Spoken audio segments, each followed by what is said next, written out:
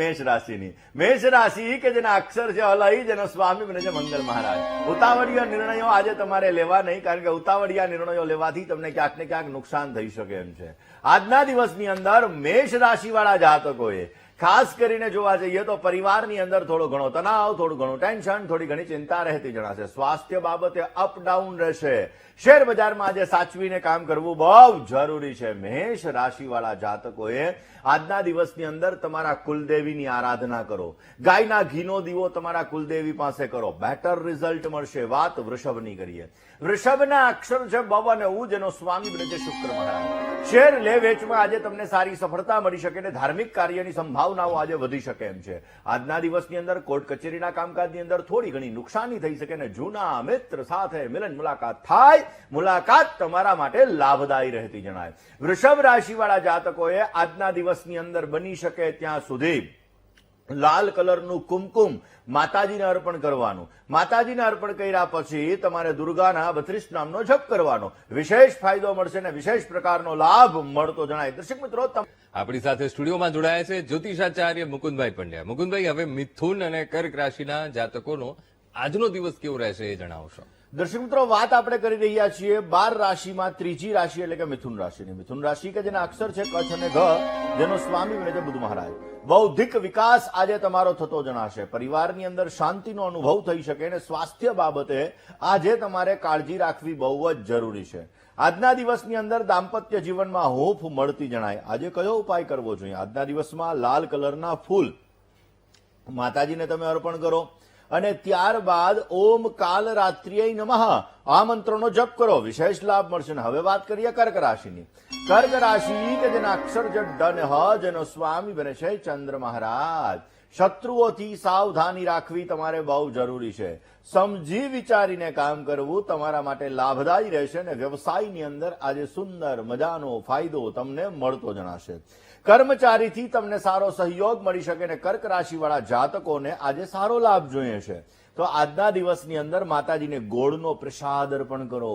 માતાજીના મંત્રના જપ કરો. વિશેષ લાભ તમને મળતો જણાશે. જય ગણેશ. બિલકુલ મુકુંદભાઈ, હવે સિંહ અને કન્યા રાશિના જાતકોનો આજનો દિવસ કેવો રહેશે એ જણાવશો. પાંચમી રાશિ એટલે કે સિંહ રાશિ. સિંહ રાશિ કે જેના અક્ષર છે મ અને ટ, જેનો સ્વામી બને છે સૂર્ય મહારાજ. મહેનતના પ્રમાણમાં આજના દિવસની અંદર તમને સફળતા થોડીક ઓછી મળશે, પણ મેન્ટલી નિરાશ ન થતા. કર્મણ્યેવાધિકારસ્તે મા ફલેષુ કદાચન. કર્મ કરવાના છે, ફળની આશા રાખ્યા વગર. અવશ્ય સિંહ રાશિવાળા જાતકોને સારો લાભ મળશે. ધંધામાં, વ્યવસાયમાં તમે ધ્યાન આપજો, બેટર રિઝલ્ટ મળે. કોઈના મધ્યસ્થી ન બનતા. મધ્યસ્થી બનશો તો સમસ્યાઓનું સર્જન થશે ને સંતાનને લગતા પ્રશ્નોની અંદર આજે હળવાશનો અનુભવ થતો જણાય. સિંહ રાશિવાળા જાતકોએ આજના દિવસની અંદર સારો લાભ જોઈએ છીએ તો માં જગદંબાની પૂજા કરો, માં જગદંબાની આરાધના કરો અને નાની દીકરીઓને કંઈક ગિફ્ટ અર્પણ કરો. પોઝિટિવ લાભ મળશે. વાત કન્યાની કરીએ. કન્યા રાશિ કે જેના અક્ષર છે પઠ અને હણ, જેનો સ્વામી બને છે બુધ મહારાજ. કન્યા રાશિવાળા જાતકો માટે આજે મોસાળ પક્ષ તરફથી તમને માતાના આશીર્વાદ મળતા જણાશે. આજે બોલતા પહેલા ધ્યાન રાખવું બહુ જરૂરી છે. સગાવાલાથી આજે તમને સારો લાભ મળી શકે અને આજના દિવસમાં તમારે સારો લાભ જોઈએ છીએ તો ગાયના ઘીનો દીપક અવશ્ય તમે પ્રજ્વલિત કરો, જેથી વિશેષ માત્રામાં તમને સારી સફળતા મળતી જણાશે. જય ગણેશ. આપણી સાથે સ્ટુડિયોમાં જોડાયા છે જ્યોતિષાચાર્ય મુકુંદભાઈ પંડ્યા. મુકુંદભાઈ, હવે તુલા અને વૃશ્ચિક રાશિના જાતકોનો આજનો દિવસ કેવો રહેશે એ જણાવશો. દર્શક મિત્રો, વાત આજે આપણે કરી રહ્યા છીએ 7મી રાશિ એટલે કે તુલા રાશિની.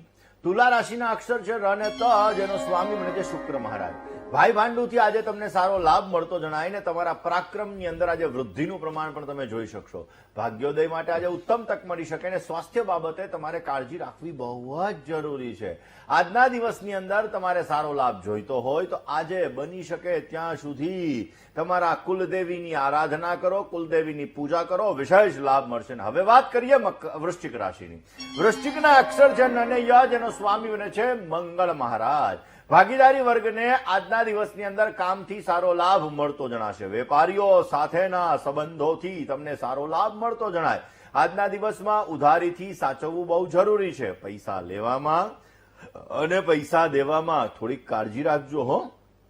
આજે સારો લાભ જોઈએ છીએ તો આજના દિવસની અંદર માં જગદંબાની આરાધના કરો, માં જગદંબાના મંત્રના જપ કરો, વિશેષ તમને લાભ મળતો જણાય. દર્શક મિત્રો, મળી શકે છે. વાત ધન રાશિની કરીએ.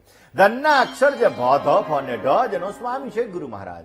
ભાગ્યોદય માટે આજે નવી નવી તકો મળતી જણાય. ધીરજથી કામકાજની શરૂઆત કરવી તમારે બહુ જરૂરી છે. નવરાત્રીની અંદર આજે ખાસ કરીને કોઈ પણ ઉતાવળિયા કામ ન કરવા બહુ આવશ્યક રહેશે. અચાનક તમારે આજે બહારગામ જવાનું થઈ શકે. આજે જ તમારે સારો લાભ જોઈએ છીએ તો ધનુ રાશિવાળા જાતકોએ, ધન રાશિવાળા જાતકોએ ઓમ ક્લીમ કાલિકાય નમઃ મંત્રનો જપ કરવો અવશ્ય લાભ આપશે. વાત મકર રાશિની કરીએ. મકરના અક્ષર છે ખ અને જ જેનો સ્વામી છે શનિ મહારાજ. માતાના સ્વાસ્થ્ય બાબતે સાવચેતી રાખવી જરૂરી છે. નોકરિયાત વર્ગને ખર્ચમાં વધારો થાય. કોઈ પણ સારા સમાચારની આજે તમને પ્રાપ્તિ થઈ શકે. પરિવાર સાથે માંગલિક પ્રસંગની અંદર જવાનું થઈ શકે. પરિવાર સાથે કોઈ પણ ગરબાના આયોજનની અંદર જઈ શકો અને વિશેષ માત્રામાં તમે લાભ પણ મેળવી શકો. સારો લાભ જોઈએ છીએ તો માં નવ દુર્ગાની આરાધના કરો, વિશેષ તમને લાભ મળતો જણાશે. જય ગણેશ. હવે કુંભ અને મીન રાશિના જાતકોનો આજનો દિવસ કેવો રહેશે મુકુંદભાઈ, એ જણાવશો. દર્શક મિત્રો, વાત કરીએ 11મી રાશિ એટલે કે કુંભ રાશિની. હરિભાઈ વાળા કામકાજમાં આજે તમને સારી સફળતા મળતી જણાય. ભાઈ ભાંડુથી આજે ઉત્તમ પ્રકારનો લાભ મળી શકે અને સંપત્તિને લગતા કામકાજમાં આજે તમને સારો સહયોગ મળતો જણાશે. કરેલી મહેનત એનું સારું ફળ આજે તમે મેળવી શકશો. આજના દિવસની અંદર ખાસ કરીને દિવ્યા કવચનો પાઠ કરો, વિશેષ લાભ મળતો જણાશે. હવે વાત કરીએ મીન રાશિની. મીન રાશિ કે જેના અક્ષર છે દ, ચ, અને થ જેનો સ્વામી બને છે ગુરુ મહારાજ.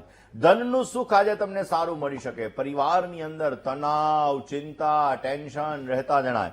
નાના મોટા રોકાણની અંદર આજે તમને સારો લાભ મળતો જણાય ને જમીનને લગતા કામકાજમાં આજે તમને સારો ફાયદો મળી શકશે. મીન રાશિવાળા જાતકોએ આજના દિવસની અંદર બની શકે તો આજે ખાસ ચંડી પાઠની અંદર સપ્ત શ્લોકી ચંડી પાઠ આવે છે, એનો પાઠ કરવાથી તમને અવશ્ય વિશેષ લાભ મળતો જણાશે. જય ગણેશ.